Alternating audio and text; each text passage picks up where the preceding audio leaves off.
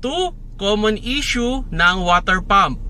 Number 1 dyan, nagtatagas ng coolant. Dahil yan sa sirang gasket. Number 2 ay dahil sa kalawanging blade ng water pump or upod na blade ng water pump.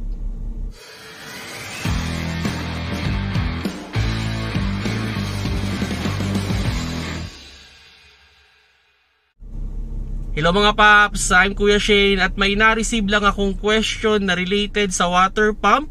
At yun nga daw, ano daw ba yung mga indication na sira na yung water pump ng kanyang sasakyan? Okay, mapi-physical check naman kung sakali man na may problema ka na sa water pump. At yun na, banggit ko nga kanina ay kung may tagas. So, ito, kailangan mong i-physical check at tignan mabuti yung paligid ng water pump mo. Kung meron kang nakitang something na coolant, na color ng coolant na natuyo, there's a possibility na nagtatagas na yung iyong water pump. At commonly sa mga water pump, meron yung parang butas dyan o parang bilog na dun yun mag-drip. So i-check mong mabuti yon. Okay? O pwede rin naman doon sa mismong pinaka-blade din, may gasket yan dyan, o doon sa may pulley nya, meron yung gasket doon. At pag may nakikita kayong drip na natuyo o parang white mark sa iba, yung iba naman kulay ng coolant like red o reddish something, yun, posible, kailangan mong palitan yan.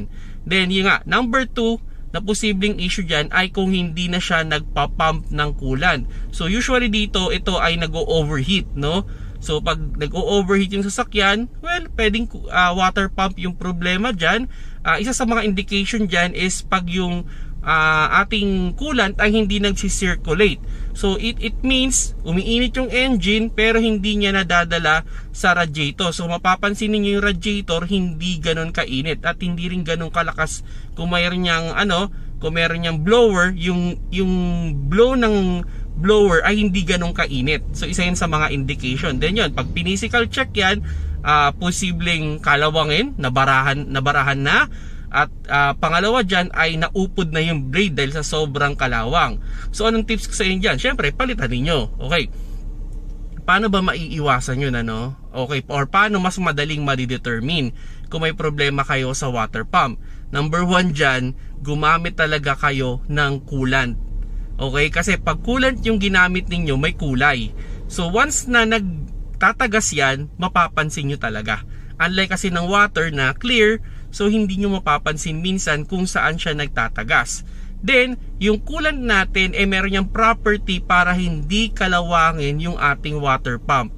Isa rin sa mga indication na may problema ka sa coolant, sa water pump, is pag kayo ay nag-drain ng coolant, pag may kulay kalawang, there's a big possibility na ang kinakalawang na ay yung blade ng water pump. So through time, through years, pag tumodo na yung kalawang yan, lalambot yung bakal dyan o yung blade at eventually, mauupod yun at hindi na siya makakapag-pump ng coolant. Okay, so yun, ang pinaka-tips sa inyo para magtagal yan, gumamit kayo ng coolant at para mas easy to determine kung may problema kayo sa water pump, mag-coolant kayo. So yun mga paps, kung nagustuhan nyo yung video, paki-like na lang mga paps.